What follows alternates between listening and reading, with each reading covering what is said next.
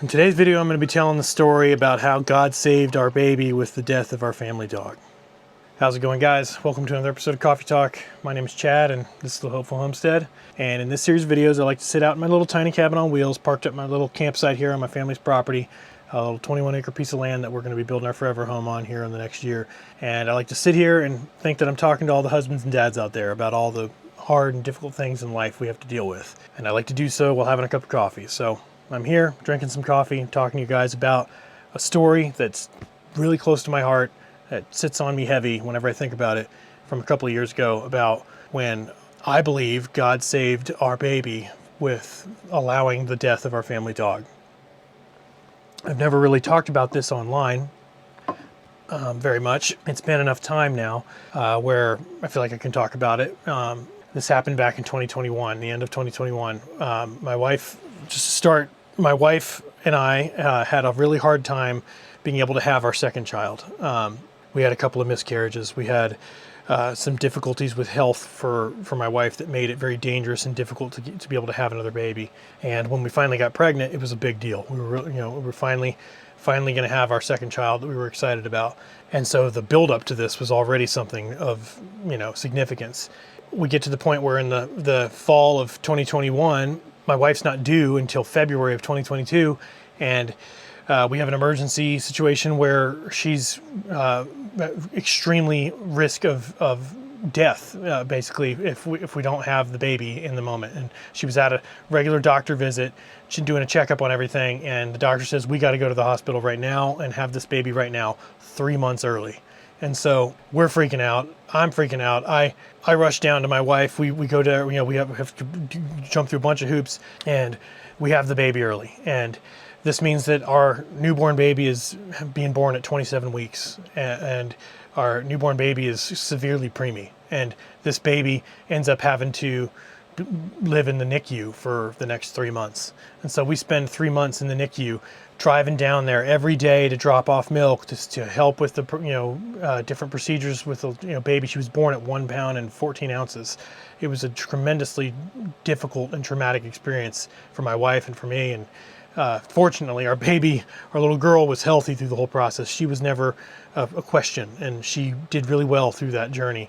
And we finally get to the end of this road, the buildup of everything I told you about prior to getting pregnant, the pregnancy itself, the dramatic birth experience of emergency C-section, and 3 months early, and then going through the difficulty of a NICU experience for 3 months and everything that goes along with that. We finally get to the point where we're going to bring our baby home at the end of January in 2022, and we're so excited. This was during COVID, so our oldest daughter didn't even get to meet the baby until we brought her home, because she wasn't allowed in the hospital because of stupid COVID procedures. And so we finally get to be all together as a family, and we bring our new baby daughter, home on January 30th. And we're so excited. We get home, our oldest daughter's meeting her for the first time. It's a beautiful experience. We've got 3 dogs at that time. We had a new 7-month-old husky and a 6-month-old golden retriever that were big puppies that were crazy, and we had our oldest dog that had been with us through the thick and thin through our whole life prior, that my wife got when we were in college, and her name was Bella. And she was a little mixed breed dog that was, long-haired wiener dog mix that we weren't really sure, what she was. She was a Chihuahua wiener dog. She was not that pretty of a dog, but she was our dog, and she had been with us through a big journey of that I'm not going to get into now, but I had a really deep connection with her, and she sure did love me as her dad, and I really love that dog. I really love Bella. I remember from the moment we got home, Bella was obsessed with Autumn, our youngest daughter that we brought home. She was so excited to meet her, and she was diabetic and was blind, so she couldn't see her. She had lost her vision to cataracts from diabetes. She was so excited to see our little baby, and she was obsessed with her like crazy. She was never this way with anyone else, and it was so interesting how she was just so focused on Autumn.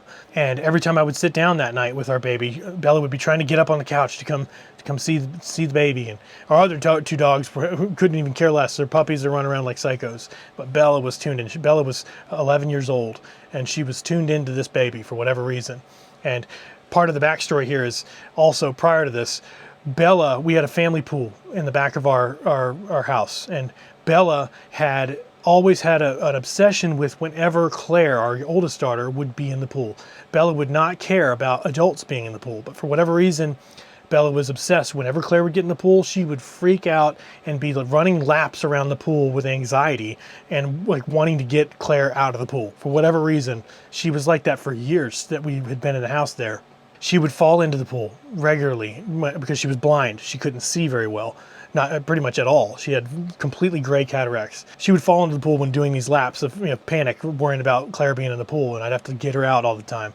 And so we didn't have a pool fence up around the pool. We didn't think we needed one, and that was our big mistake. And so we have this first night at home. Bella's obsessed with Autumn, and we think it's just so cute and sweet. We're so happy. I remember sitting on the couch and being like, what a full life we have. It's so exciting. We got two baby girl and a beautiful little girl daughter. We got 3 dogs, happy wife and husband. We have a wonderful life. We've been through a difficult journey, a difficult time getting pregnant, and a difficult time with the traumatic birth, and obviously the 3-month NICU experience. We were exhausted, and this is now just at the point of starting being parents again with a newborn baby. That's difficult enough as it is. And so we go to bed that night happy and healthy. We wake up the next morning, and we had a difficult night that first night. Baby was waking up a lot, and as to be expected. So we're exhausted and already feeling a little taxed. And so I go to put Autumn down for her first nap at home. And this is literally not even home for 24 hours at this point. And I go to put Autumn down for her first nap. And while I'm up there in the nursery, putting Autumn down, I'm rocking her to get her to go to sleep. My wife lets out the dogs, and then our 2 big puppies want to come inside. She lets them in, and Bella was happily rolling around in the grass outside. Bella loved to roll in the grass outside and lay in the sun. And so she let her stay out there to lay in the sun.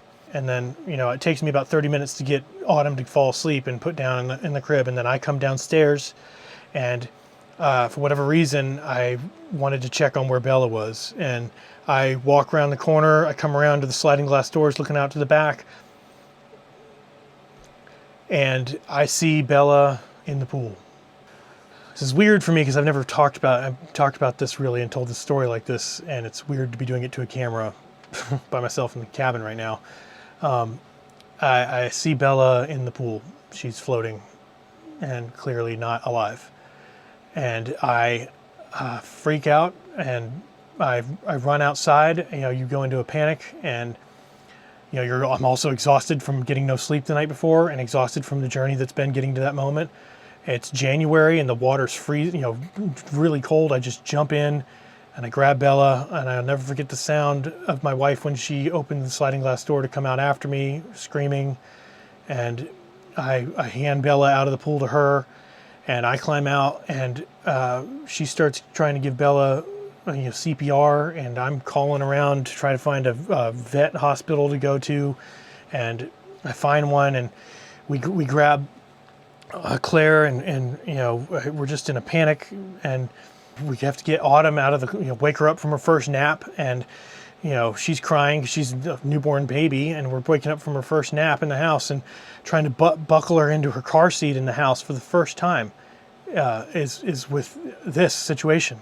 Panicked and buckling her into her house for our first time leaving the house as a family together, was to take our longtime family dog, who's deceased at this point, and I don't realize it, to an emergency vet. And we rush down the road. My wife's continuing to try to give CPR to Bella in the passenger seat of my Bronco while I'm driving like 80 miles an hour down residential roads to get to this ER. And we get into the parking lot. I rush over to the ER. It's still COVID, so they've got stupid COVID rules where you can't go in without an appointment. And I'm banging on the door. I'm soaked, freezing cold, soaked in water, holding my lifeless dog, banging on the door. And they finally open, and I hand her over, and I say she may have drowned. She was in the pool. I don't know. And they panic and take her in. They shut the door. I can't go in because it's stupid COVID procedures.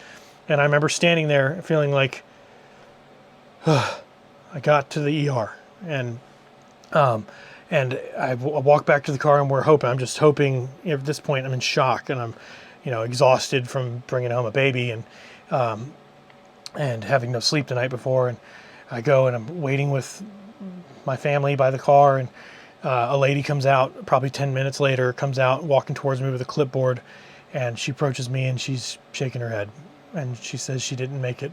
And I remember asking if we could bring her home in one of those bags that would keep her safe from the elements, for me to bury her in the backyard. And the lady says yes, and she goes back in and brings her out in the bag. So when I handed Bella to her in a panic before soaked wet at the door was the last time I saw her. And she handed her to me in the bag, and my wife had to hold Bella in this bag in her lap on the long drive home, where we were just miserable. And we get home, and my wife has to put Autumn back down for a nap again, and I have to dig a hole and bury my beloved dog in the backyard, all in the freaking first 12 hours of bringing home our baby from the hospital, after this crazy journey that was getting to that point. And I just was beside myself, and and it was a miserable experience. And for the next week, everything was ruined. Everything about bringing home our baby, that was such a journey to finally get to the point of her coming home, was completely ruined. And I'll never forget, the next Sunday, full week later, we didn't go to church because of obviously having a newborn. We watched church streaming online on YouTube at home.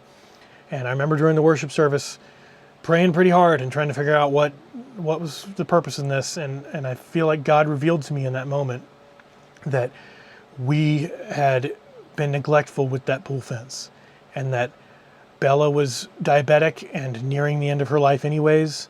And I think God allowed that to happen. I'm pretty sure in this moment, God revealed to me that he allowed this to happen so that we would be jarred into some sense and putting up the pool fence, because at some point in the future, Autumn would have crawled out the back and fallen into the pool. I just had this clear vision from the Holy Spirit of instead of seeing my dog floating in the pool, it being my baby girl. And I truly believe that the Lord allowed that to happen, and allowed that to happen the moment we brought Autumn home, for a reason. The timing of all of it seemed especially cruel, but in reality, I thought this is for the purpose of sending a message that we needed to do this. And so I put the pool fence up, and I knew that a day would come to pass at some point that Autumn may have fallen in that pool and drowned. That now would be an insignificant day because of the significance of the day that God allowed our family dog to pass by drowning in the pool behind our house. And it was a difficult time, but we've since sold that home to be able to afford to buy this land, and we're living in a rental now, working towards being able to build our forever home out here. And I'm just thankful that whatever day would have happened with Autumn has now passed, and we're good. But I wanted to tell that story to make sure all you husbands and dads know out there that the Lord works for you behind the scenes, even when it seems like you are having to deal with difficult times. He's using those difficult times for a reason, and you just don't necessarily know what they're for. He's still working things all for the good of his kingdom and for the good of you and your family. So I hope to encourage some of you with that. If any of you have had experienced traumatic things like that, let me know in the comments. And I'm going to end this video now. Thanks for watching, and I'll see you in the next video, guys. Later.